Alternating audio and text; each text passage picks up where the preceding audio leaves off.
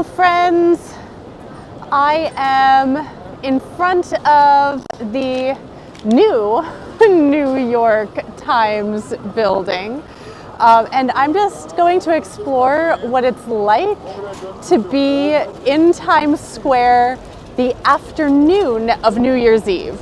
Now I have to talk about how wild and crazy the crowds are on New Year's Eve, so I thought I'd just check them out. It's about 1:15 today, so we're gonna walk and actually I'm using, hello, there's David. I'm using new technology. I'm using an app called Prism, which was recommended to me to get better quality. So I apologize in advance if it's a little glitchy. So right now, just to give you an idea of where we are at 41st Street and 8th Avenue. You can see the police barricades, and they are putting the barricades up, so we can't really cross to go this way. It looks like they are. Yeah, maybe we can, maybe we can't. We're gonna attempt to get through right now. We are the last people who can't get in. We are denied. What? This way, around this way instead. Go up to 42nd, 1 block up. Thank you. Okay, so it is 1:15 and they are blocking off the Times Square area, which is what I actually expected. Sometimes I'm going to ask them questions we already know the answer to, so I see how they answer. This is exactly what I had expected, that it would be really, really hard to get to Times Square if you arrived after noon. And people, you know, Rogue Mickeys too. People didn't believe me. They say, oh, we don't want to wait out for 12 hours. And I was like, well, if you don't, you won't get a spot. So here we go. Look at this crowd. So we're approaching 42nd Street. We have people selling hats. And I'm just gonna try to get through. Oh, so yep, see, can't get through. Can't get through. We were about 1 minute too late for everything.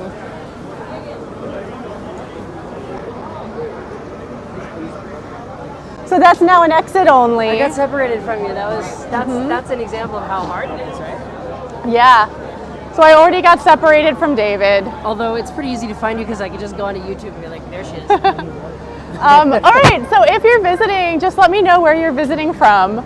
And just so everyone knows, I never had any plans on actually getting into the holding pens. Warning to anybody that has to go out. First Yeah. always. Yeah, so here we go. If I look this way, this is 42nd Street. As you can see, there are police barricades. It's closed off.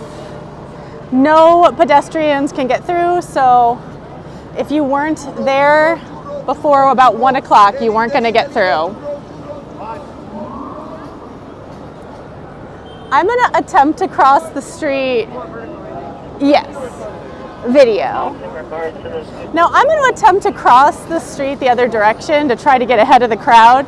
So this is something that's very important to know for anybody who ever plans on watching the New Year's Eve ball drop. What happens is, so someone asks, are any stores open? Yes, the stores are open. I'm attempting to get through. And I'm really hoping to get to A Street so I can get closer to actual Times Square to show you, but if I don't, such is the case. Okay, so what I was trying to say before, I apologize, it's very crowded and it's very, very distracting because it's so crowded. But what happens is people arrive very early in the morning. Holding pens closed.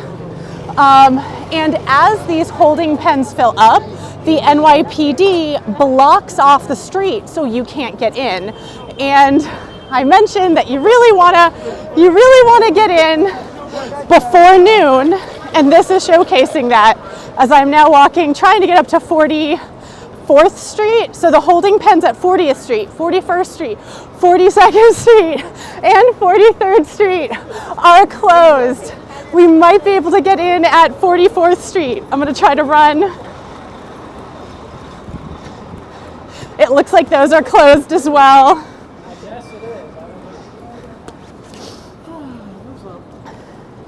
Yep. Well, I at least feel justified in my video telling people that they really had to arrive before noon. Because people didn't believe me. I had all these comments that were like, you're wrong, you're wrong. I won't wait for 12 hours. Well, guess what? You're not even getting in there if you weren't already there.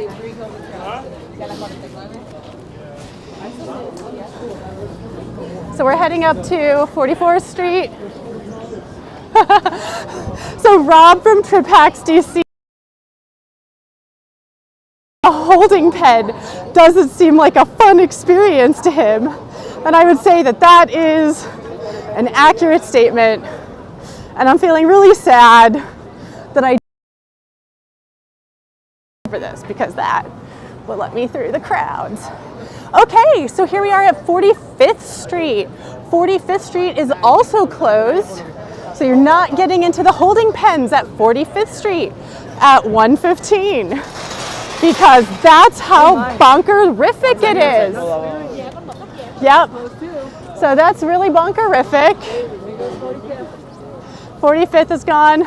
I feel like my original plan had been to start uptown at 59th Street and go downtown, but I was convinced to not do that. Now, something that I did want to talk about. Yeah, our plan was never to go and watch the ball drop. I do want to say I have a friend named Maureen. Her account on Instagram is Sincerely Maureen. She was invited by the Times Square Alliance to actually watch the festivities from the famous Red Steps. So if you really want to get really fabulous New Year's Eve content, that's where you want to go, to the Instagram account of @Sincerely Maureen. So here we are attempting to go up 46th Street. Holding pens are closed. Okay. Since I don't think we're actually going to be able to get very close at all, I'm going to talk about the other things that I was that I was really hoping to talk about. So I want to talk a little bit about the history of the New Year's Eve ball drop while we get to the crowds. So the New Year's Eve ball drop, the tradition actually started, but Times Square, the area that you might all be watching on television later tonight, in the year 1900, it was basically the suburbs of New York City. Now I'm going to attempt to show you a photo. Again, I told you this is new technology. Okay, so this, I obviously took a screenshot, but here we have a picture of what Times Square looked like in 1904. It's very, very empty.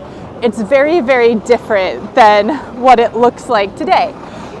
At the time, before 1904, Times Square was actually called Long Acre Square. And it was basically the suburbs. It was a carriage building district. It was a place that people really only went if they wanted a new horseshoe for their horse or a new wagon wheel for their wagon. And then here we are at 47th Street. Holding pens are closed. And then a newspaper editor named Adolph Ochs came along. Now Adolph Ochs, he was editor of the New York Times, and he decided to move his newspaper from Park Row, which is down by the World Trade Center site, to 42nd Street.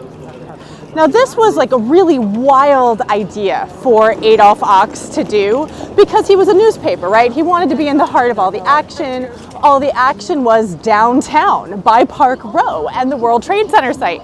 This was before the subway existed. It was really, really hard to get up to 42nd Street at the time. But Adolph Ochs, he knew that the subway was going to open up in 1904. He knew that the population of Manhattan had been moving north.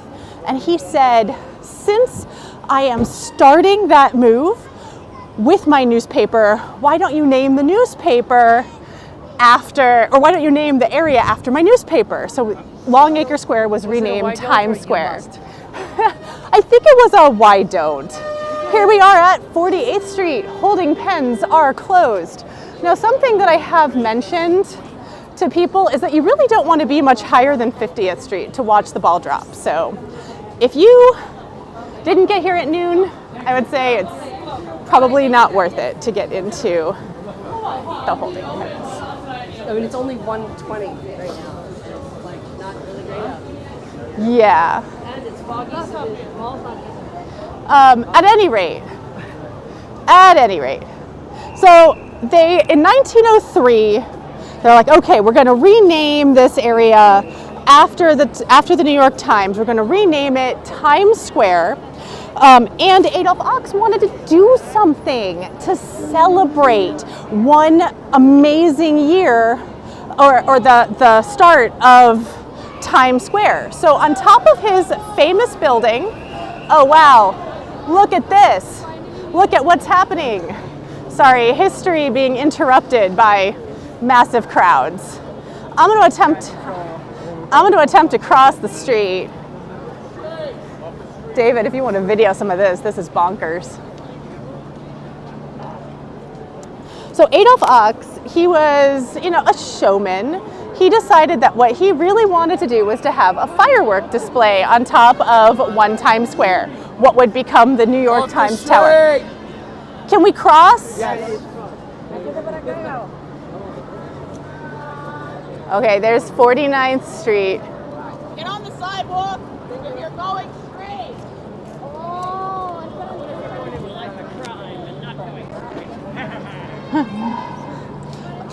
Okay, so here's actually. The stores are all open today. Yes, so the stores are open, and I know somebody also asked. They asked about the Broadway shows, and it's a Saturday night, right? I believe. I don't know. Are there shows, David? So yes, I guess. Yeah, Eliza did Matilda on movie. Oh yeah, she did. So yes, there are Broadway shows. Now, what I'm actually thinking, I might have given you bad information ahead of time. It looks like this is what's happening this year. So this year is 2022 going into 2023. And it looks like this year there's a security checkpoint. Is that what it looks like to you, Dave? Okay. Just starting that close. What it looks like when it squeezes. Do we want to ask? Let's find out so that the good people can get good information. Why don't you? Sometimes people don't want to tell you because they why are you a terrorist? David, why don't you go ask and I will finish my history of Times Square? I got to figure out how to ask once you finish your history. Just ask them if this is a security checkpoint. Okay, sorry, it's really, really bonkers here. There's lots of crowds. You can see all of these people. And what we're trying to figure out is if this is a security checkpoint or not. Typically, in the past, there's been very specific places where you could enter. It's stressing me out too, and I just wanted to tell you fun. Crowd control. Okay, so guess what, friends? That's just crowd control. That is not a security checkpoint. No, that's too crowded for a security checkpoint. That is just the crowds and of the garage people. is full. That's just the crowds of people trying to get in. Or stuck there now. Or stuck there now. I mean, they can get out, but if you want to get in, that's where you're in now, and that's probably your location for today. I don't know, I'm just saying, but Well, we're going to continue to go up because we might get more information as we go further up. Okay, I'm so sorry. My history keeps getting interrupted. The apple in the 80s. Yes, I have that. Nice.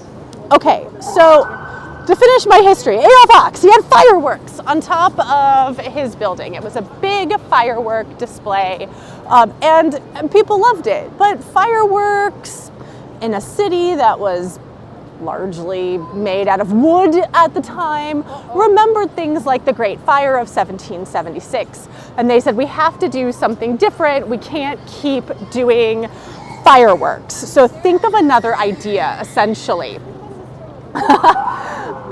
So Adolph Ochs came up with the idea of a giant time ball that would drop. Now this had been a tradition, especially in maritime cultures, for a very, very long time, to drop time balls and to really mark hours with a time ball. Adolph Ochs, I'm going to attempt to find a photo, again, taking amazing screenshots. So Adolph Ochs, he came up with the idea of this time ball. He essentially had a time ball that was 5 foot in diameter. He hired an electrician to put light bulbs on it. The year is 1907, heading into 1908. Light bulbs are still relatively new. In fact, in just 1903, to get a strand of Christmas lights, each bulb would cost you the equivalent of $33. So you can only imagine how expensive a giant time ball like this one would have been. So that original ball, it was 5 feet in diameter, and it only had 100 light bulbs, and it weighed 700 pounds, and it was made out of wood and iron. Okay, it's a little less crowded here. We're at 51st Street. Let's keep going up this way. And just to compare that to the New Year's Eve ball this year, the New Year's Eve ball is 12 feet in diameter, so it's over double the size. It weighs almost 20,000 pounds, and it has, and it has these like really fancy thousands and thousands of LED lights, and it's made out of Waterford crystal. So we've come a long way since that very first time ball dropping. So that first time ball, that continued from 1907 to 1908, and then that remained our ball until 1919 into 1920. That's when we got our second time ball. And it had the same dimensions as the first one, but it was made entirely out of iron. So it was essentially just kind of the original time ball with a bit of a makeover.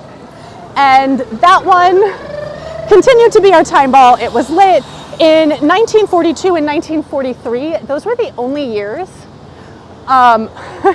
Those were the only years that the ball was not dropped because of wartime blackouts. We're going to cross back this way. Because of wartime blackouts. So instead of having a ball drop, there was actually a moment of silence in Times Square, and there were sound trucks that actually played the sound of church bells. So right now I'm at 8th Avenue and 52nd Street. I was asked by someone on the feed if I could tell you better streets. There isn't really better streets, it's just a better time. You really want to be here earlier rather than later. So we came here a little bit too late. My original plan had been to do this live at noon, but my flight was really delayed last night, so I didn't get home until 3 in the morning, so I just didn't have it in me to get out the door for 12 p.m. live stream, but they literally were just closing the gates. There's not better streets, it's only better times to get here, unfortunately. It is a great time while sitting at home to get Broadway tickets, though. The shows are going to be great pretty soon, and there'll be a lot of seats available in the middle of winter before they close. Yeah. So they typically have entrance points at 8th Avenue and 6th Avenue. And the thing is that the NYPD, they will let people in at their discretion, but it has to be at their discretion. So everything, like anything that I tell you, you know, I'm going off of websites, I'm going off of past years, I'm going off of things that friends who have stayed in Times Square to watch the ball drop have told me. But on any given year, that information could be really different Wait, because you don't define the policy? because the NYPD, I want my money back. they are really the ones who get to decide who comes in and who goes out. So you can enter from 8th Avenue or 6th Avenue, and I would really recommend, for me, I'd want to be between 50th Street and 42nd Street. Right now we are close to 54th Street. We're at 54th Street. Yep. So you can see that we don't really have a lot of crowds up here because once you get up here, the view, you're really far away and the streets kind of start to curve. So it's a little bit harder to see the New Year's Eve ball drop. Okay, so continuing the history of the New Year's Eve ball. The silent ball drop Yes. with bells. So we had those wartime blackouts. And then 1954 to 1955, like 1954 going into 1955, that's when we had our third ball. So we've had 5 New Year's Eve balls in our history. So 1954 to 1955, that was the third ball. And that one gained a whole foot in diameter. That was 6 feet in diameter. And that one would remain our ball for a really long time, actually. Oh, I don't know. Oh, these are exits only. Oh, by the way, right there, you might recognize that if anyone here is a Seinfeld fan. No soup for you. That's Soup. That is the Soup Nazi from Seinfeld here on 55th They're actually Street. really nice there. So you don't have to be afraid when you go there. They are really nice, and they have really good soup. And they play loud Sinatra music. Now, I don't know how we would get in to get soup. I wonder if we ask. Should we ask? Let's I ask. have a quick question for you. If somebody wanted to just get the soup kitchen, do you let them through and then they come back up? What's that? The original soup kitchen. That lobster roll place. Yeah, we're acting for press reasons, not anything. Yeah, I'm We're just. acting for coverage, like. Have reservations? It's No, just like a. the sandwich shop. I just if I wanted to go in there and get a sandwich and come out, would that be something you would allow? You have to go to 56. But if you want Okay. to go now, go now. No, that's good. Thank to know. you. I just was curious. Okay.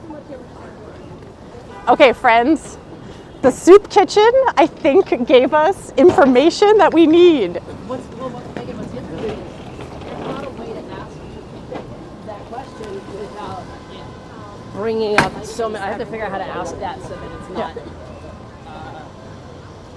Well, like weird. what we were told was if we go up to 56th Street, And then come around. then we can go around and get into the soup kitchen. He wasn't even looking. It was great. He was like so on his dog. But I don't know that we can get in at 56th Street. Right. But it's okay to expect that he's not right because he doesn't know this new situation. Yeah. It's so fascinating to encounter. All right, we're gonna. Oh wait, I think we can get over on 56th Street. Here we go. Okay, so friends, this is very exciting. We are on 56th Street. We are heading east on 8th Avenue. We are heading towards Broadway, the Broadway.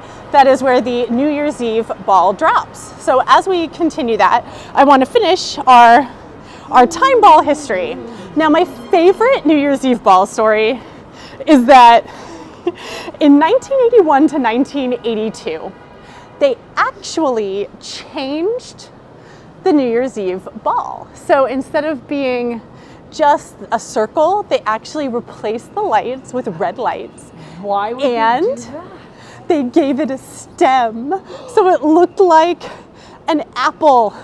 So again, this is another, it's just a screenshot, but there you can see, What would make them do that? you can see the apple. So yeah, any guesses why we would have the time ball being a giant apple? What year? 1981 to 1982. Sounds like you want to get tourists, don't you? So that was because we were paying homage to New York City's nickname, which is the Big Apple. And the new campaign that had just come out, which is still alive today, which is I Love New York. Oh yes. So it was part of the launch of I Love New York. And in order to, and in doing that, they made New York about Times Square. Yeah, about New Year's Eve. Okay, so yes, thank you, historian David.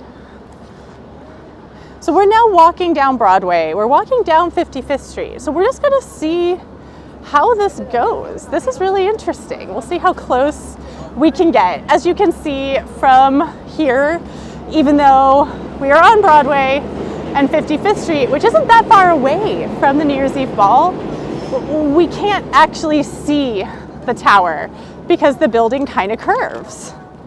So we're going to head down this way and see what happens. Okay, continuing while we do this. Our New Year's Eve ball drop history.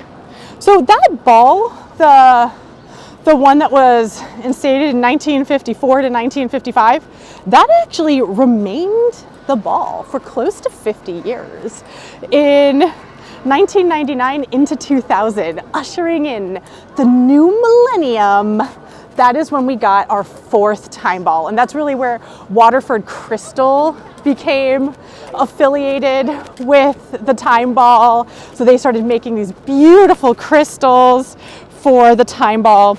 And in 2001 to 2002, okay, wait, we're gonna scurry to try to make it through this barricade. 2001 to 2002, the Waterford Crystals, they had this idea of healing through hope because New York City had just undergone massive trauma with 9/11. And Waterford Crystals, their crystals all had designs that were meant to help us heal through hope. And those panels, someone asked on my TikTok, somebody asked, where do the panels go when they replace them?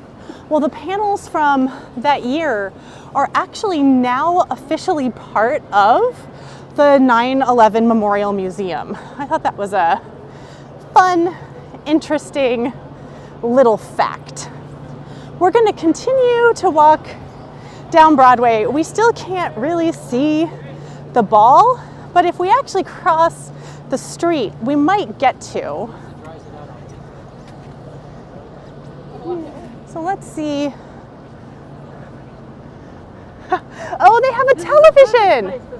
They have a television. We can't see the ball, but you do have a big giant television. You can see the seeing of the ball. Which I think is kind of fun. So now I mentioned that we've had 5 New Year's Eve balls.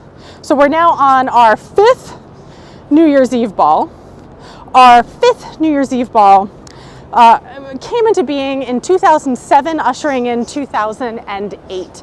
And this is sometimes referred to as the big ball because before now, the balls were all about 6 feet in diameter. This current one is 12 feet in diameter. So it is double the size of the other New Year's Eve balls. It is covered in Waterford crystals.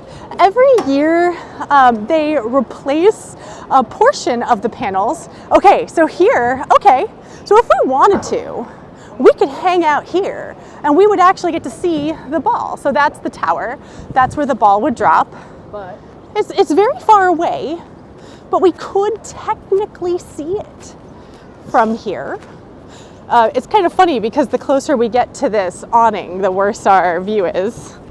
But then if we emerge from the awning, let's see what we see. And if anybody here is planning to watch the New Year's Eve ball drop on television, let us know in the comments. David and I will definitely be watching on television. We're not gonna wait out here until midnight. It is raining. It has rained on several other New Year's Eve ball drops.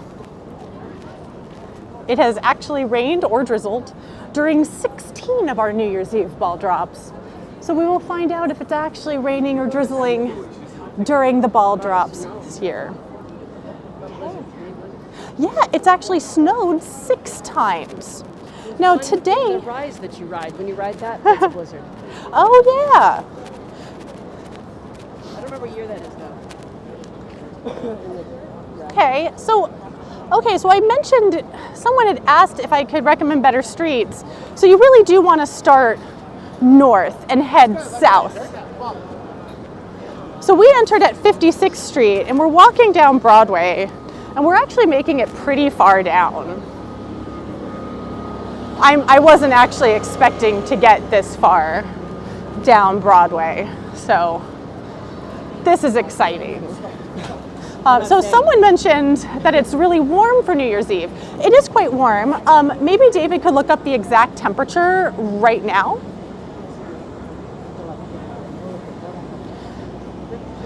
So it's actually very close to the warmest temperatures ever recorded for the New Year's Eve ball drop. The warmest temperatures were in 1965, ushering in 1966, and it was 58 degrees. Okay, so this is as far as we can go.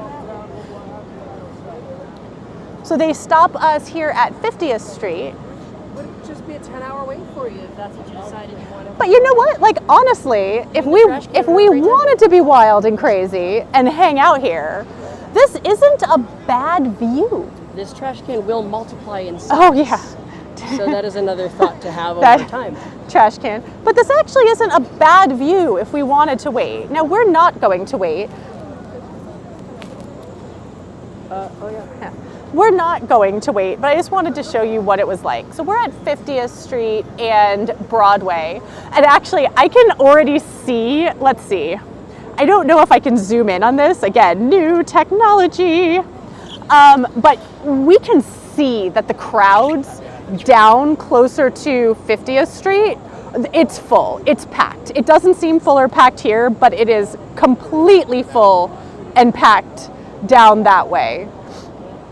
I wish I could actually show it to you, but if you look kind of like in that direction, you can really see all of the crowds. But honestly, this is not a bad location. We're next to a Gregory's Coffee.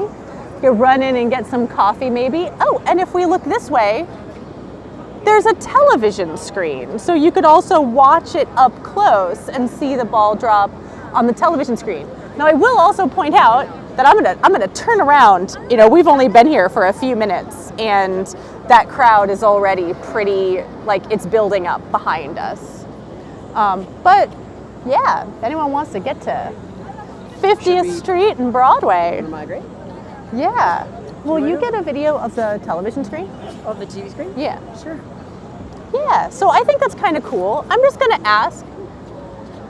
Can I just ask, because I don't know, Oh, sure. I'm just trying to figure out, if we wanted to get further down, is there a way or is that closed off? I think you can. You have to go like to the next avenue and then make a left.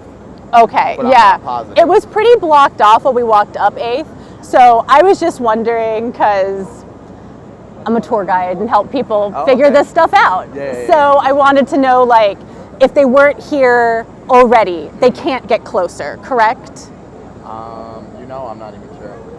As far as what, being inside the pins? Yeah. Get closer. Oh yeah, you usually have to get there early. Okay. Because once they fill up, then they'll tell everybody to move back, and then the next Okay. spot, so they can start filling this one. So That's one what I by thought. one. Yeah. That's what I thought. And those probably filled up at what time, would you say? I'm not sure. Okay, cool. It looked like we got there like at 1 and they were already closing things off, but I feel justified because I told people that if they got there after noon, they weren't getting into those pens. And that sounds like it was an accurate description. Awesome. Thank you so much. That was supposed to be a salute. I don't know if it came off that way. I'm weird. Okay, thank you.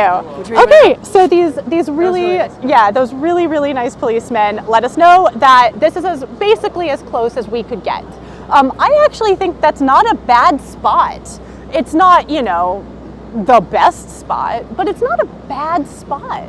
Near the horse stables from Longacre Square. Well, What is and Longacre Square? as Rob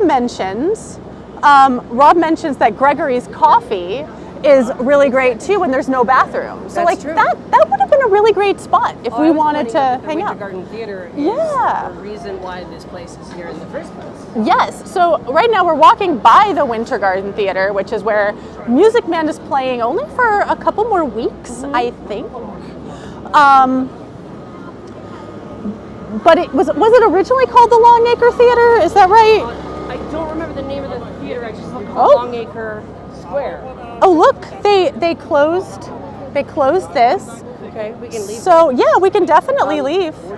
So it was What? called Longacre Square because it was a field. Thank for you. Horses. So yeah. Okay, so they're closing that pen. Yeah. Apparently, they told somebody that they're closing the pen until 3 p.m. I think that the crowd is satisfying the conditions to close off areas Yeah. sooner than that. You know what I mean? Yeah. So, at any rate, that is the crazy crowds. I don't know if this was a useful video for anybody. If it was like interesting to see the crowds, let me know in the comments if you would wait out. Oh, here is Ellen's Stardust Diner. We can head down Broadway and see how close we could get on Broadway, just for fun. Now, just so you know, the place that we were before, that was 50th and 7th. This is Broadway. Broadway is actually at an angle. It runs diagonally with the Manhattan grid system. So in my opinion, it is. Screen right there. Oh, thank you, Rob. Rob mentions that 42 people are watching live, but only 27 have given me a thumbs up. No, the other math related Yeah, people. so Broadway, because it runs diagonally, it's harder to get a view of the New Year's Eve ball. So we don't see it here. This is 50th Street. It's the same spot we were before. But if you are here, you do get to see this lovely television screen, which is fun, I guess. It's warm, but it is raining. Let me know if you would want to stand here. Okay, so Patricia asks if 8th Street, are there better views on 8th Avenue? No, 8th Avenue there's no view on 8th Avenue. You won't see it if you're on 8th Avenue. You really have to be to see it. Okay, so we can't get any further here. So Broadway isn't the place to go. You really want to go down 6th or down 7th Avenue. You really have to be on 7th Avenue. I forget if you can see it. I know you have to be on 7th Avenue or Broadway to see the ball drop. And on Broadway, you really have to be south of 50th Street, because here you just can't see it because of how Broadway curves with the other buildings. You will get a beautiful view of this advertisement, and you could buy a New York City t-shirt. I love New York. You could get an I Love New York t-shirt, but you won't get a view of the ball drop. So Broadway, I would avoid that unless you can get in like really closer to 47th Street. But 8th Avenue, there's no view. You're too far west. I believe that 6th Avenue, you are too far east. So there's really only 2 avenues that you can see it. And as the policeman that we were talking to said, those pens further down where you get a good view of the ball, those really filled up closer to noon, if not earlier. And they will continue, the crowds will continue to build, and they'll push things forward. But it's tough. You have to have fortitude. And flexibility at the same time. And flexibility and bladders of steel to watch the New Year's Eve ball drop.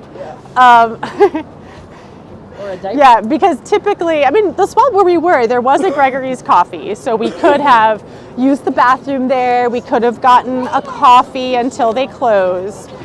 Here, I guess you could run into Ellen's Stardust Diner, but you can't see the ball. And look, they are already closing this off. So I know, I'm trying to get out. Okay. So I will just cross and leave. Yeah, Yeah? I'm just trying to leave. So this is my memory of New Year's Eve. Those are Can we exit? We just want to get out. We just want to get out. Thank you. Thank you. So this is my memory of New Year's Eve. I actually had to work. I was down here for work, and they wouldn't let me out. They wouldn't open up the holding pens because they were like, these holding pens are closed. And that was really scary, but I ended up getting out. I had like jumped in for lunch before the van came to take us to a theater that I was performing at, and they were very strict. So you want to listen to the NYPD, and that's it. Now the big question is, do we want to buy No, some New Year's Eve glasses? I don't want to. Okay. But, you know, Can you get a video of the police? Yeah. So happy New Year to you too. Okay, so that's basically the crowds. I hope it gave you an idea in real life of what it's like to be even close to Times Square on New Year's Eve.